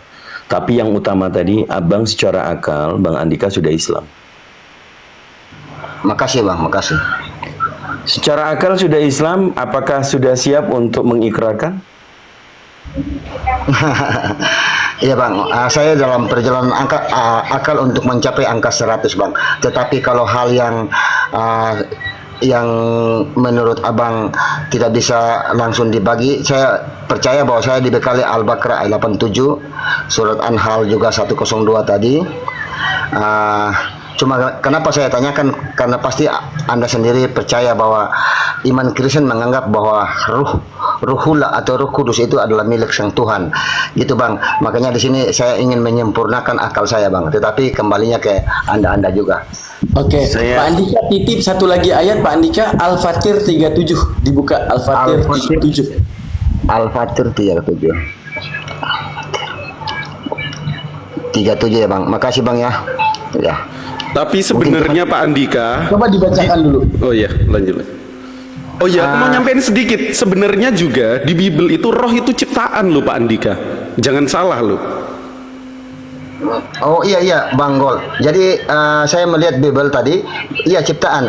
Nah makanya kalau bisa bagaimana ciptaan, Bang? Sedangkan itu tidak terlihat ya? Atau bagaimana? Saya kurang paham juga. Saya cuma akal saya mengatakan bagaimana ciptaan sedangkan bisa tidak terlihat ya, Bang ya? Atau dipersilakan, Bang Gol. Itu tadi mungkin dibaca dari Bang Daman dulu. Habis ini saya siapkan datanya. Surat berapa, Bang Daman? Al-Fatir 37, itu peringatan dan nasihat bagi orang yang belum beriman. Oh ya, Al-Fatir 37. Bang, Al-Fatirnya surat keberapa ya? Supaya cepat. Coba ya, saya lihat dulu ya. Ya, kalau ada di situ aja, Bang. Enggak, udah saya bacakan boleh lah. Siap. 37. Nah, udah saya jelaskan aja, nanti Abang bisa kemudian cross check di HP-nya abang. Jadi gini, Itu lebih baik bang, makasih bang. Itu lebih baik. suatu saat di alam neraka yang merupakan Al-Quran ini adalah pemberitahuan daripada Allah. Allah mendeskripsikan bagaimana orang yang belum kembali kepada Allah di alam neraka. Apa yang mereka katakan? Mereka berteriak di neraka itu, "Ya Tuhan kami, keluarkanlah kami dari neraka. Niscaya kami akan mengerjakan kebajikan, bukan seperti perbuatan yang pernah kami kerjakan dulu." Di mana penghuni neraka yang tidak menyembah Allah, mereka kemudian berteriak, "Ya Allah, hidupkan kami lagi untuk menyembah-Mu. Kami telah memilih Tuhan-Tuhan yang selain-Mu. Maka jikalau Engkau mengizinkan kami hidup sekali lagi, maka kami akan kembali bersujud kepadamu di luar apa yang pernah kami kerjakan." Lalu Allah mengatakan kepada mereka, "Hei anak manusia, bukankah kami telah memanjangkan umurmu dalam masa yang cukup?" Iya juga ya Allah. "Untuk apa? Ada kusuruh engkau untuk salat?" Tidak. "Ada kusuruh engkau untuk membaca Al-Quran?" Tidak. Satu, untuk dapat berfikir bagi orang yang mau berfikir. Di mana mulut kejimu? Di mana otak kejimu? Hingga saat engkau melihat yang ada di muka bumi ini tidak patut untuk kau sembah. Engkau melihat lembu tak pantas untuk disembahkan. Engkau kemudian melihat manusia tidak pantas untuk kau sembahkan. Akan tetapi karena ada teks yang datang daripada masa dahulu, kemudian engkau menyembah manusia. Coba pikirkan di dalam akalmu. Andaikan bagaimana seandainya kamu juga dituliskan Tuhan. Apakah 2000 tahun yang akan datang daripada hidupmu di tahun 2025 kamu juga akan kemudian jadi Tuhan, sama seperti teks yang mengatakan manusia itu jadi Tuhan? Padahal engkau punya pikiran di mana apa yang ada di muka bumi ini tidak patut untuk kau sembahkan. Tunjukkan kepada aku ketika aku memberikan matamu. Tunjukkan kepada aku ketika kemudian aku memberikan matamu satu saja makhluk di muka bumi ini yang patut dan layak disebut Tuhan. Matahari Tuhan. Matahari berganti dengan bulan. Pantaskah kau menyembahnya? Tidak. Bulan Tuhan, tidak mungkin, karena bulan berganti dengan matahari. Oke. Manusia Tuhan, manusia sama seperti engkau melihat dirimu. Engkau dilahirkan, iya. Bagaimana engkau akan mengatakan dengan mulut kejimu bahwa aku bisa dilahirkan? Kalau manusia Tuhan mati, iya, karena matinya. Kenapa kamu kemudian menyembahnya? Lalu di dalam hadis Nabi, apa yang dikatakan di dalam hadis Nabi? Satu ihwal ahwal daripada kejadian dibangkitkannya manusia, berawal daripada zalikal Isa qaulun haq falladhi yamtarun. Itulah Isa yang datang membawa kebenaran ke hadapan kalian. Itulah Yesus Kristus yang memberitahukan kebenaran ke depan kalian. Falladhi yamtarun, akan tetapi kemudian kalian ragu-ragukan. Fawainul lilladzi min mashhadi yaumin azim. Apa dikatakan? Faqatalafal ahzamu min bainihim fawailul lilladzi min mashhadi yaumin azim. Apa dikatakan? Berselisih paham daripada golongan itu. Apa mereka katakan? Wah, Isa seperti ini, Isa seperti itu, dia Tuhan, dia ini, dia itu. Fawailul lillazi min mashhadi yaumin alim. Kesesatan yang nyata saat nanti mereka menyaksikan hari yang agung. Apa itu hari yang agung, Paman? Hari yang agung itu saat kemudian nyawa dipisahkan dengan badan, saat kemudian dibangkitkan di alam mahsyar. Kata Rasulullah dalam hadisnya, setiap orang yang menyembah ghairallah, selain Allah, mereka kemudian akan mencari alihah-alihahnya. Apa itu alihah, Paman? Alihah itu adalah sembahan-sesembahan mereka. Yang Hindu mencari Tuhannya, yang Buddha mencari Tuhannya, yang Kristen mencari Yesusnya. Akan tetapi mereka sadar saat itu ternyata apa yang mereka sembah tidak bisa menolongnya. Nabi Isa berdoa, "Salamun alayya yauma wulidtu ya Allah." Sejahterakan namaku daripada fitnah mereka lahirku menjadi Tuhan. Salamun alayya yauma amut, dan matiku dikatakan jadi Tuhan. Wa yauma ub'atsu hayya, dan saat kemudian aku dibangkitkan nanti mereka akan mencariku ya Allah. Mereka akan datang karena mereka menuhankanku ya Allah. Mereka datang, wahai Yesus, terimalah kami sebagai kami menerima engkau sebagai juru selamat, selamatkanlah kami. Matius 7:22 mengatakan, maka pada waktu itu aku akan berterus terang kepadamu. Kalian mengatakan aku Tuhan, Tuhan. Ya, enyahlah engkau. Kalian bernubuat di atas namaku, enyahlah engkau. Kalian bermujizat di atas namaku, enyahlah engkau. Untuk menunjukkan apa? Inilah Al-Quran yang turunkan kepada Nabi Muhammad. Ini adalah sistem pikir manusia. Untuk menunjukkan apa? Bahwa abang, daripada nasihat Al-Fatir 37, jangan menjerit di neraka, karena kemudian abang ingin menyembah Allah sekali lagi untuk dihidupkan. Allah mengatakan, umurmu sudah kuberikan panjang untuk kamu kemudian bisa berpikir. Lanjut.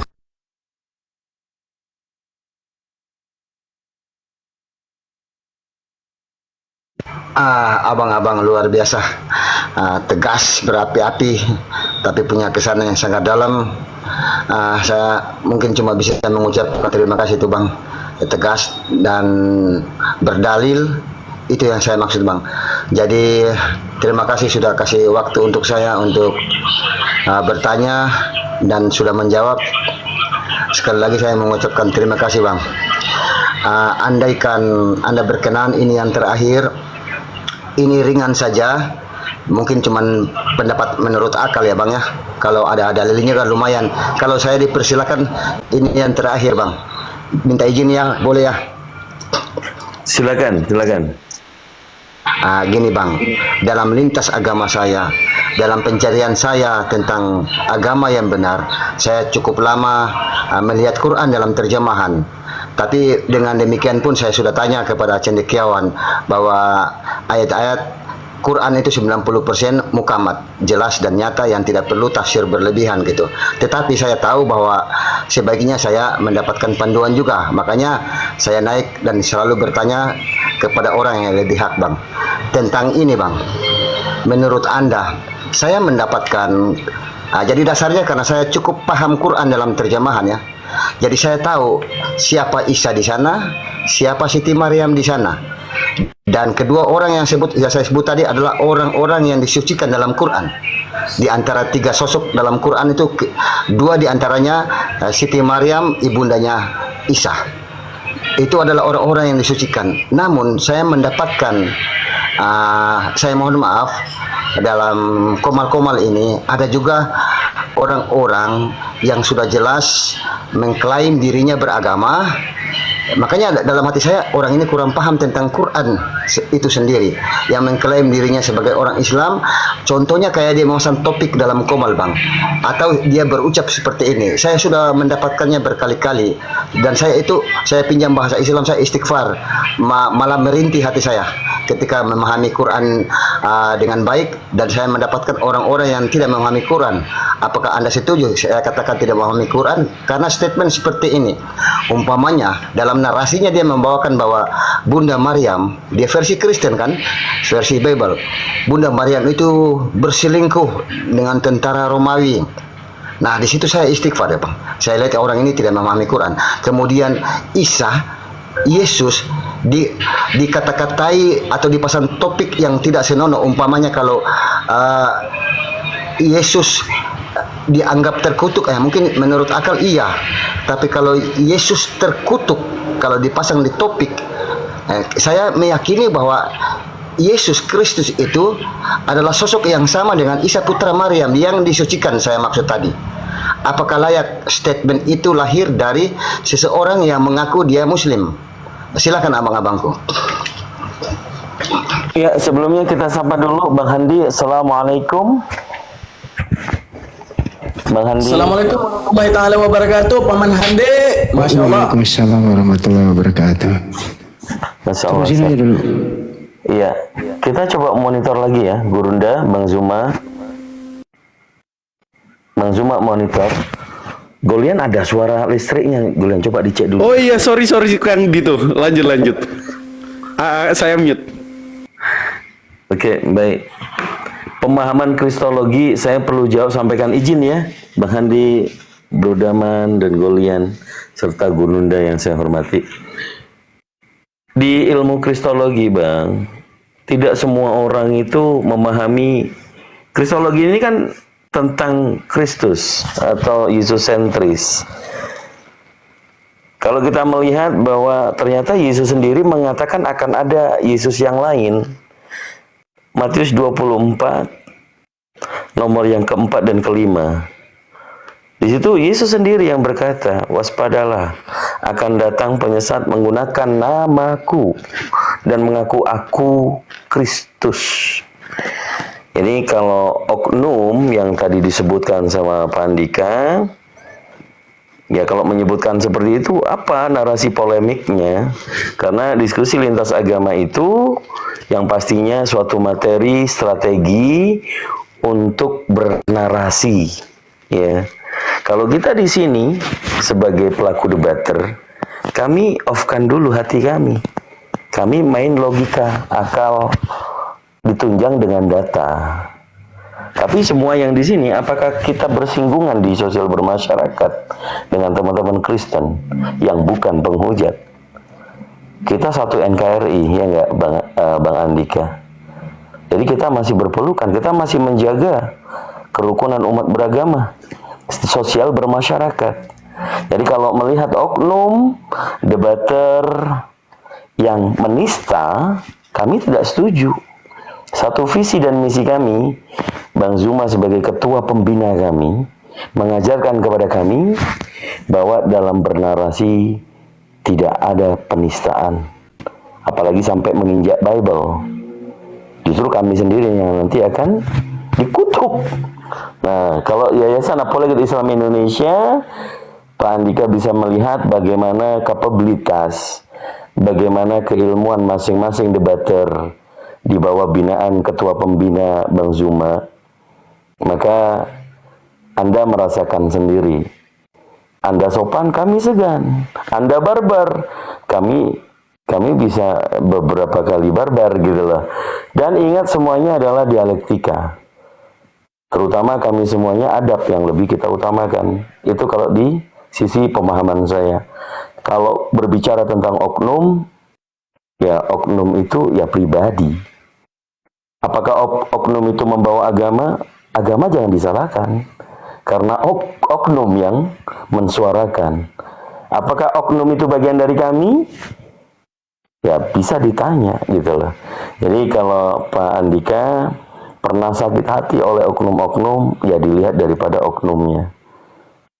Kita sendiri sudah menjelaskan syiar agama Islam, la ikraha fidin. Itu sebagai batu pembatas buat kita tidak memaksa. Ya, hanya sebatas mengingatkan. Bahkan di dalam Al-Quran tadi, Pak Andika kita perlihatkan, masuklah Islam baik dalam keadaan baik pelan-pelan maupun dalam keadaan terpaksa. Itu bukan kami yang berbicara, Al-Quran. Bahkan secara akal, ya, tadi akhir zaman itu udah masuk akal semua. Saya rasa itu jawaban saya, Pak Andika. Ya, jawabannya mungkin diamini oleh saudara-saudara yang lain, ya, sahabat-sahabat saya, bahkan senior saya dan juga Gurunda, insya Allah. Itu ya, oknum, jawabannya tetap oknum. Ya, kalaupun misalnya dia salah, ya gitu ya, Bang Andika.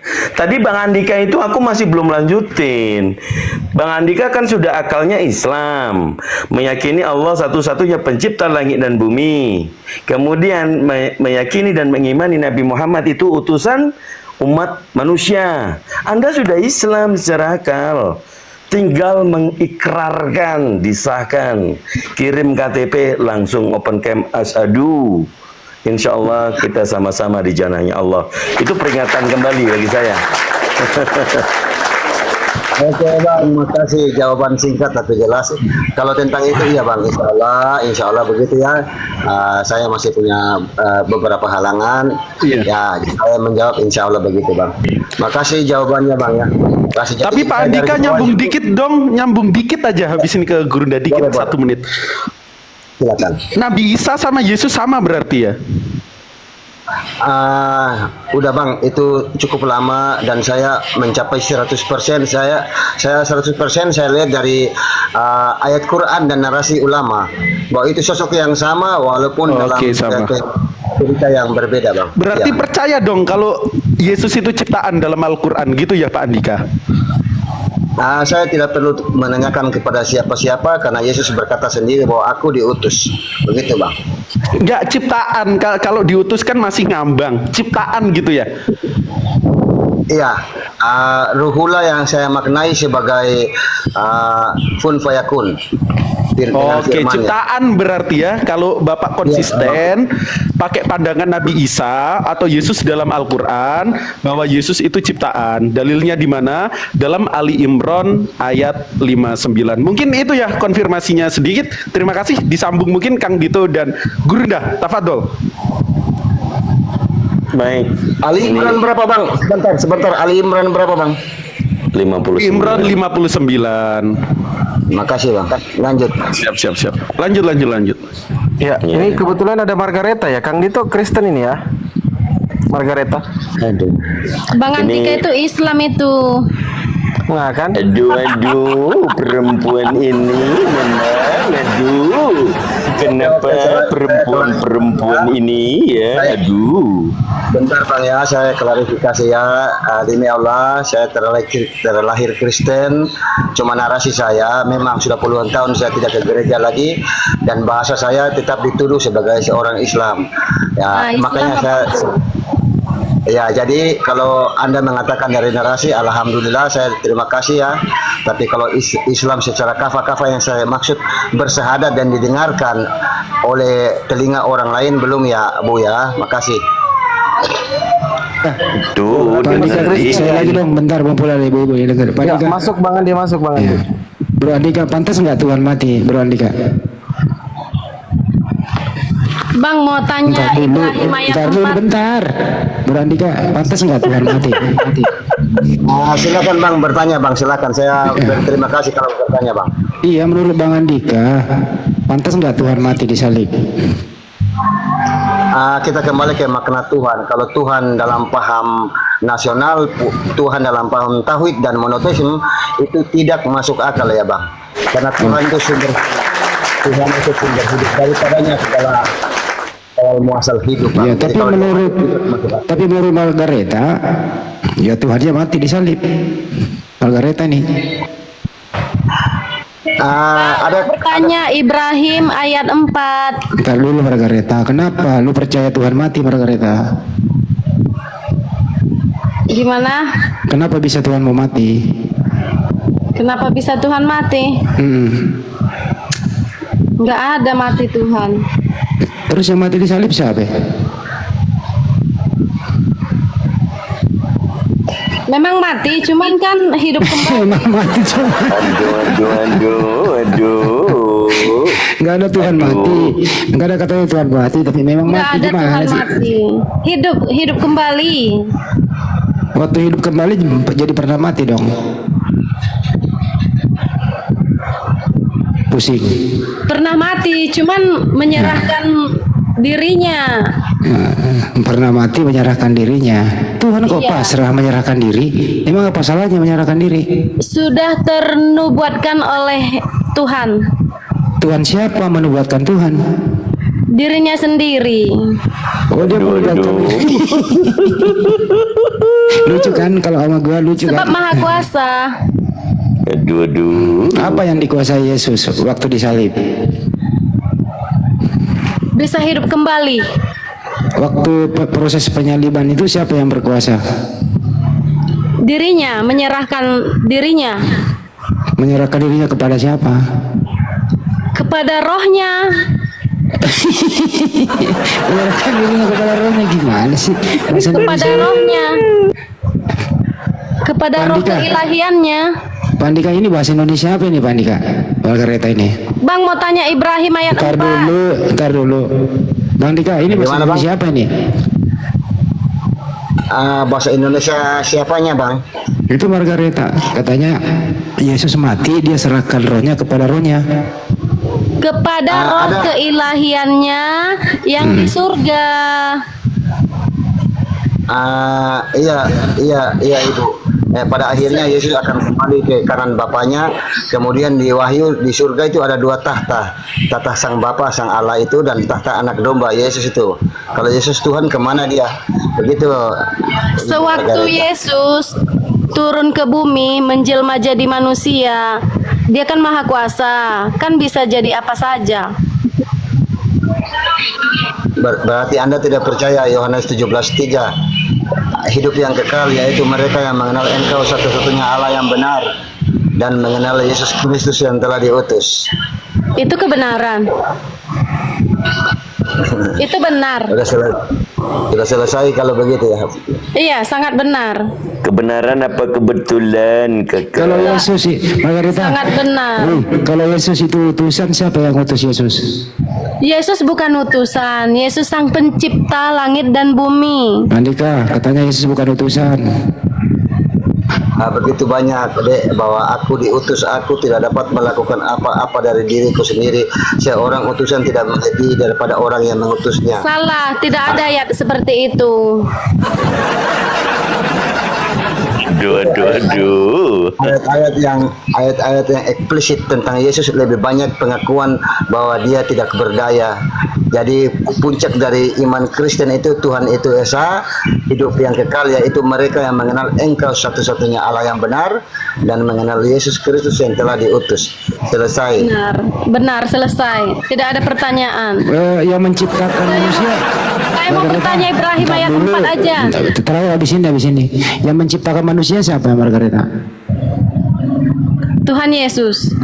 Oh, yang menciptakan Bunda Maria, Bunda Maria siapa? Tuhan Yesus. Jadi anak ciptakan ibu. Kan sudah dibahas. Saya mau nanya Ibrahim aja.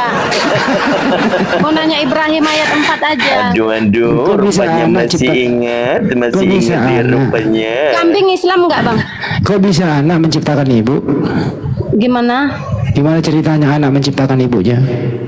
Sebab maha kuasa. Kalau abang kan manusia biasa, tidak maha kuasa. Apa yang dikuasai Yesus?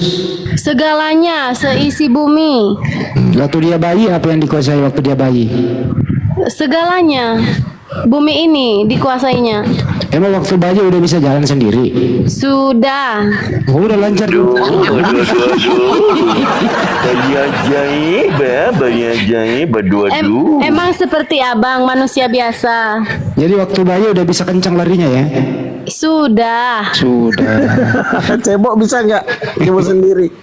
Ya tentu bisa, kan maha kuasa. Itu orang gila ini. Ya udahlah. Itu Daman dijawab dulu surat Ibrahim, Daman. Dia tanya surat Ibrahim. Ibrahim ayat 4 ya. Maka Allah menyesatkan siapa yang dikehendaki dan memberi petunjuk kepada siapa yang dia kehendaki dan memberi petunjuk kepada siapa-siapa. Kambing diislamkan, jin juga, setan juga diislamkan. Ini boneka ini ada yang nyuruh di belakangnya ini. Tanya gitu disuruh dia. Jadi masalah di situ apa, Kakak? Sebenarnya nggak ada masalah sih. Setuju nggak Allah menyesatkan? Kalau kita mau disesatkan, maka kita akan memilih ke kesesatan. Orang jelas kok kau diberi akal, kau sendiri yang sesat. Akidaman, noise, akidaman. Kau coba, itu kan matiin. Kau itu kan manusia ciptaan paling sempurna. Kau diberi akal supaya kau pakai akalmu, tapi kau nggak pakai akalmu, kau yang sesat sendiri. Oke. Mana sih? Maunya Allah wajib menikah 14 kali enggak? Di mana tertulis 14 kali? Ada aja. Ini anak ini. Allah berperang enggak? Allah berperang enggak? Berperang. Kok Allah berperang gimana? Udah tengah malam ini ya, udah tengah malam Akang. Tolong Akang. Allah berbohong enggak? Lebih baik kau pergi ke Mampang Perapatan. Aduh. Kakak memang benar mau dengar jawabannya apa gimana? Kalau nggak mau nggak apa-apa, lanjut aja. Coba aja, bisa nggak lu serius jawab? Coba. Oke, ini nih aku coba jawab serius ya. Kotoran Allah SWT suci enggak? Kan nggak bisa kita jawab kan? Kok Allah punya kotoran gimana sih? Abang-abang, boleh saya usul untuk si ibu ini, boleh ya? Silakan. Nah, maksudnya kalau Pak Andika jangan usul, mending marahin aja. Jangan usul, mending marahin. Maksud saya boleh dijawab kalau open cam, Bang. Kalau tidak dijawab, enggak usah dijawab. Kalau tidak open cam, tidak usah dijawab, Bang.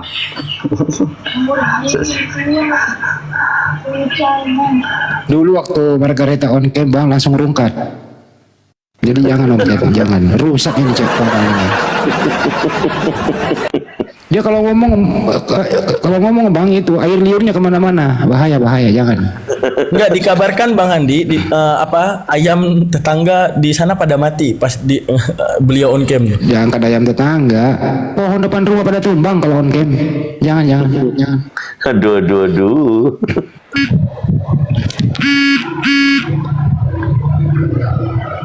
Margareta, kalau kamu mau pernah makan babi nggak, Margareta? Tunggu dulu, aku dulu bertanya. Saya dulu, ini kan tuh udah tadi. Itu Belum babi kamu makan nggak? selesai. Udah dijawab tadi. Bang, Allah SWT kena racun enggak? Kena racun apa enggak Allah SWT? Enggak. Gitu Kalau kena racun kan rambut Nabi itu untuk obat kan, dikocok-kocok pakai air putih. Ya kena racun itu Yesus disalib minum anggur asam. Jangan diturunin, gak ada mainan. Jangan di mute, biarin aja ngaco. Bang, manfaat rambut Nabi Muhammad untuk Izin dulu obat. Bang Andi, Bang Goldian saya gantian dulu ya sama Bang Kores ya. Ini perlu ini. Izin dulu, nanti naik kembali bentar ya Bang Goldian ya. Perlu kali ini izin. Manfaatnya Nabi, manfaat rambutnya Nabi itu untuk menutupi kepalanya Nabi itu. Manfaat Untuk rambutnya obat Nabi. bang, untuk obat. Sini sama gua. Iya, Silakan iya. bang, sebentar bang, saya permisi ya bang ya, sudah tidak enak. Bang Andika bentar, di sini aja dulu Bang Andika. Diam aja dulu. Saya Nyimak kurang aja dulu, suka yang Bang. begini bang. Iya, nyimak Gitu. aja dulu nggak apa-apa. Silakan Bang Kores. Gini, siap. Kan Margareta. rambut Nabi itu Iya. obat kan. Iya, untuk obat gitu. Yesus lu sakit gila kan kata keluarganya, mau diobatin nggak? Ya mau nggak diobatin sama. Jadi kan gini, rambut Nabi kan obat tuh. Nah, menurut keluarga Yesus sakit gila kan Yesus ini. Mau nggak diobatin pakai rambut Nabi? Tunggu dulu, kan Loh, Nabi Muhammad katanya obat rambut Nabi kami. Lo bukan kok Nabi kami kena racun, Tuhan lu kena racun. Yesus itu mati di kayu salib. racun. Yesus yang kena racun. Waktu disalib dia dikasih empedu. Empedu itu racun di Yunani. Makanya dia disalib jam 12, jam 3 udah meninggal. Gua aja kalau disalib 3 hari kuat gua di atas kayu salib. Selama yang dipaku bukan jidat. Aku nanya ini. Ini jawaban. Nanya manfaat rambut itu loh. Nah, itu rambut kan obat. Yesus kan diracun nih, mati 3 jam nih. Mau nggak diobatin pakai rambut Nabi? Kenapa kena racun? Nabi Yesus. Muhammad. Enggak, Yesus yang kena racun bukan Nabi kami. Kan bisa minum obat rambut itu yang dikocok Nah, air putih. posisinya ketika Yesus disalib, Nabi kami belum lahir. Jadi rambutnya nggak bisa ngobatin Yesus. Makanya Yesus mati diracun, disalib. Lagi? Yang ditanya Nabi Muhammad. Kenapa? Kan udah dijawab. Kenapa? Di mana Nabi kami kena racun? Yang ada Yesus yang diracun. Matius 27:34. Di mana datanya Yesus dikena racun? Matius 27:34. Ketika dia mencicipinya, dia mengecapnya, tapi dia tidak meminumnya. Gimana sih Tuhan sendiri nggak tahu? Belajar sama Kores untuk tahu aibnya Tuhan penghujat sini. Nanti kita adu ya kencing onta sama kencing Tuhannya Margareta ya. Coba gue pengen tahu. Kencing onta itu bisa nyembuhin orang. Kencing Tuhannya Margareta bisa nyembuhin orang nggak? Kalau bisa nyembuhin orang, kencing onta kenapa Nabi Muhammad kena racun? Nah itu dia kan udah dikasih tahu. Nabi kami nggak kena racun. Itu ketuker sama Yesus. Yesus yang kena racun. Di mana datanya Yesus kena racun? Matius 27:34. Boleh kita baca datanya? Sama-sama. Matius berapa? 27:34. Matius 27. Udah biasa kan? Memang kan udah biasa kan? Tuhan terhina itu kan udah biasa kan? Siapa bilang di mana datanya? Ya penyaliban itu emang keren penyaliban. Keren lah. Wah kalau keren kenapa Kristen nggak ada yang disalib satupun? Katanya keren, nggak disalib sih satu-satu orang Kristen. Di kuburan kan ada tanda salib. Lo bukan elunya disalib gitu loh. Tanda salib dong semua orang bisa. Tato juga banyak salib. Disalib beneran. Terus sama ini juga gue tuh kayak apa ya? Kayak ilfil gitu loh. Ini ngikutin Yesus, tapi kok pas disalib-salib peragaan Paskah itu kok ditali yang nggak dipaku tangannya ya? Matius berapa tadi? Matius 27:34. Ayat 34 ya. Abang tahu dari mana? Ya baca dong ini sejarah-sejarahnya gitu loh. Apa yang dimasukin ke mulutnya Yesus, pelajari naskahnya. Nanti tahu itu yang disuapin itu racun. Wah, ya silakan. Ini kan judulnya kan Yesus disalibkan ya. Iya, judul kan Bang bikin orang gitu. Terus abang suruh dibaca ayat berapa? 33. 34. 34. Ya. Iya, jadi bacanya itu dari ayat 32. Dari kejadian aja tanggung, kejadian 1 aja. Jadi Tanggung, Bre. bacanya itu dari ayat 27. Ya boleh baca aja. Siapa tahu berubah gitu kan. Itu empedu jadi sirup marjan, siapa tahu. Terus pertanyaannya di ayat 34 ini apa? Bukan, itu bukan pertanyaan, ini pernyataan. Ketika mereka memberi dia minum anggur bercampur empedu, perhatikan itu empedu. Setelah ia mengecapnya, ia tidak mau meminumnya. Ini empedu, bahasa Yunaninya koles. Koles itu artinya racun. Tapi kan dia tidak meminumnya. Ya, mengecapnya enggak? Tidak mau dia. Mengecapnya itu tertulis. Ah, elah ini gimana sih Tuhan Tidak sendiri. mau. Ia tidak Setelah ia mengecapnya, dikecap doang itu dikecap. ia tidak mau. Ia tidak mau meminumnya. Itu racun udah ke bibir belum kalau mengecap? Mana tulisannya racun? Empedu itu racun tulisannya. Sini, gua kasih tahu lo. Tulisan racun mana? Empedu. Tulisan racun RAC. Empedu itu racun. Empedu itu racun. Ini. Enggak, RAC. Oh enggak, ini gimana orang Kristen Indonesia? VOC nggak ngasih tahu lu apa waktu bawa biblosnya? Ini, gua kasih. UN. Sini. Yesus ini orang Betawi atau orang Yunani sebenarnya? Kok coba gue pengen tahu. Lu dikasih bahasa Indonesia kok ngotot ya? Raja Yahudi. Wah, orang Yahudi, bahasa Yunani kan? Raja, bukan orang. Beda orang. Sini. Raja. Enggak, Yesus ini orang mana? Raja Yahudi. Orang mana dia? Dia darah apa dia? Raja. Orang lagi. Raja Yahudi. Iya, berkebangsaan apa? Suku apa dia ini gitu loh. Lu nggak pernah semuting sih rambutnya, jadi dablek. Nah, ini. Semuting rambut itu supaya nggak kering gitu loh. Jadi mikir juga enak. Nah ini ya. Nih sini. Matius 27, waduh terdiam dia, maaf ya. Matius 27:34. Nih ya. Edokan auto piein oinon metaholes. Nah ini. Ketika mereka memberinya meminum anggur dicampur holes. Holes itu gal, ya holes gal. Nanti bahasa Indonesianya empedu. Apa itu holes? Kita buka ini. Nah, kita masuk ke definisinya. Nah nih. Cut, apa itu definisinya holes? Lu buka ke kamusnya. Nah ini. Nah ini ya. Nih. Apa ini? Kita bahasa Indonesia kan? Nah, ini nih, apa nih? Poison or adonin. Ah, apa ini? Racun. Dar, selamat datang di kebenaran. Dioncop racun itu mulutnya Tuhan lu. Tapi dia tidak mau. Tapi dia mengecapnya, udah mengecap. Lu tahu mengecap nggak? Mencicipi mengecap itu. Dicicipi itu si racunnya. Ia tidak mau. Iya, nggak mau, tapi dicicipin. Buat apa? Buat apa? Tidak mau. Tidak mau minum, dicicipinnya iya. Tidak mau. Iya nggak? Mengecapnya ini. Ini makanya Yesus itu matinya diracun. Salib itu cuma kamuflase, cameo. Karena dia minum racun empedu, ngecap. Itu dusta. Loh, ini tertulis. Lalu mereka memberi dia minum anggur bercampur empedu. Empedu itu racun bahasa Yunaninya. Setelah ia mengecapnya. Apa sih mengecap ini sih? Dia tidak mau. KBBI mengecap. KBBI mengecap. Tapi dia tidak mau. Tulisannya dia tidak mau. Iya, dia tidak mau. Nah ini. Nah ini arti kata mengecap nih. Mengecap. Tapi dia tidak mau. Dia mengecap dia. Nih. Tapi dia tidak mau meminumnya. Lalu mengecap itu apa? Tidak mau meminumnya. Mengecap itu apa?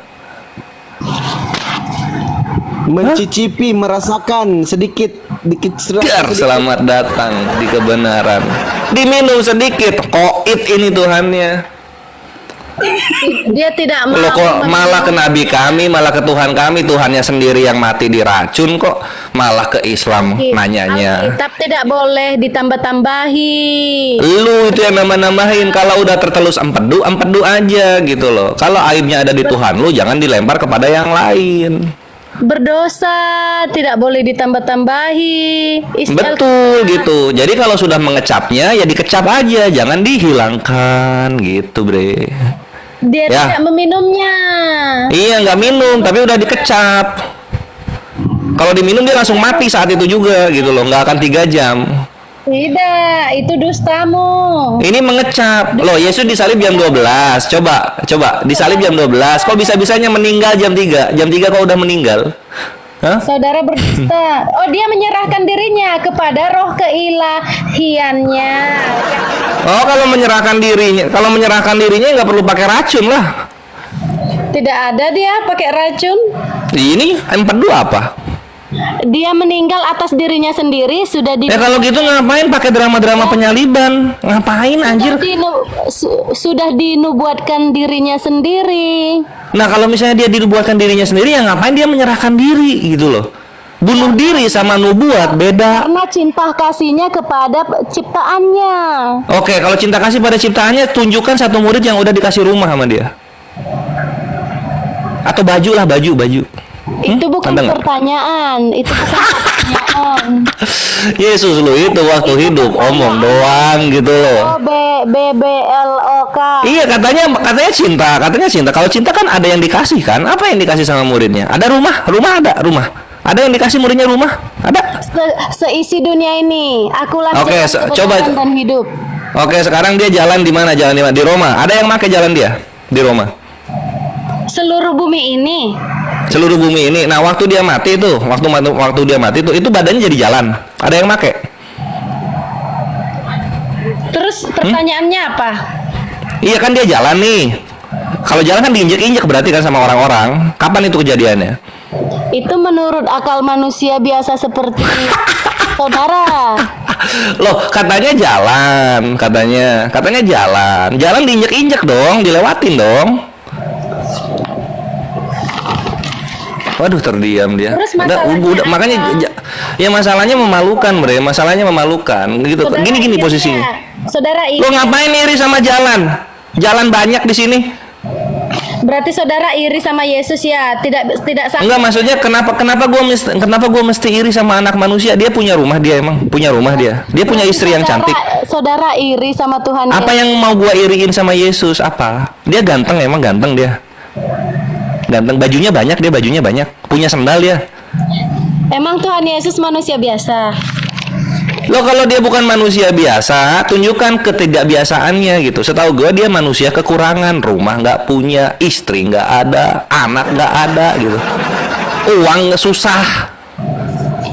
Apa yang mau dibanggain dari anak manusia yang nggak jadi apa-apa di dunia? Di mana Loh, datanya? tertulis gak di Bible Yesus punya rumah? Ayat berapa? Ada nggak tertulis Yesus punya rumah? Ada nggak? kita kalau main soal iri-irian, lihat dulu apa yang dia punya sampai gue mesti iri. Apa yang dia punya gitu. Jangan janji-janji caleg depan gue. Gitu. Nggak ada harga dirinya, Bre. Apa yang lu banggakan depan gue itu. Makanya jangan sampai ngehujat gitu. Karena kalau ngehujat, gue jujur-jujuran nanti sama lu gitu. Yesus kebenaran. Iya, kalau kebenaran mana rumahnya? Punya rumah dong, masa nggak punya rumah? Seisi dunia ini rumah Yesus. Oh, kalau gitu kenapa dia disalib? Kan rumahnya ini. Atas kehendaknya sendiri. Nah, kalau atas kesenangannya sendiri, ya salib aja sama diri sendiri. Nggak usah pakai tentara Roma. Logika lah pakai. Kalau memang kehendaknya sendiri, ya bunuh aja dirinya sendiri. Tusukin tangannya pakai paku sendiri, salibin badannya sendiri. Ngapain pakai tentara Roma? Emangnya masalah buat saudara? Bukan. Masalahnya itu bukan yang itunya. Masalahnya itu ini para penyembah-penyembahnya sosok musik-musik Islam. Nanti gua gampar pakai kenyataan sakit hati. Enggak kebalik tuh. Itu yang terjadi tadi kan lu bilang. Allah sakit katanya kan.